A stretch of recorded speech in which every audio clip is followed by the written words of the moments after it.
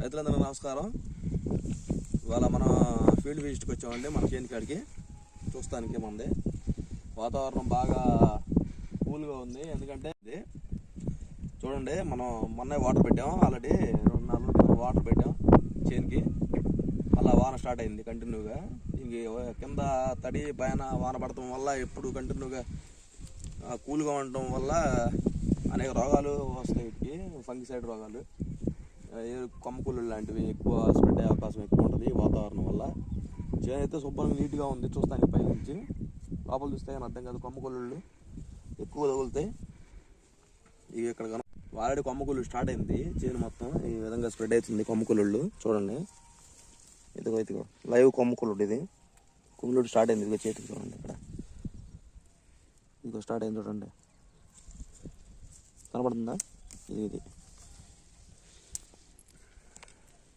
కుళ్ళిపోతుంది. ఇది ఇక్కడ ఎక్కువ ఉంది చూడండి. ఇంకా ఇదిగోండి, అది అక్కడ కనపడుతుంది చూడు. ఇప్పుడే స్టార్ట్ అవుతుంది. ఆల్రెడీ మొత్తం చేను అంతా కొమ్మకూలు స్ప్రెడ్ అవుతుంది. అది ఆడవసారి కనపడుతుంది చూడండి.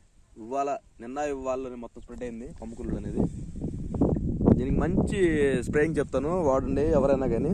నేను ఇవాళ రేపు వర్షం తగ్గకుండా స్ప్రే స్టార్ట్ చేస్తాను. సిజెంటా కంపెనీ వాళ్ళది అమిస్టార్ టాప్ అండి.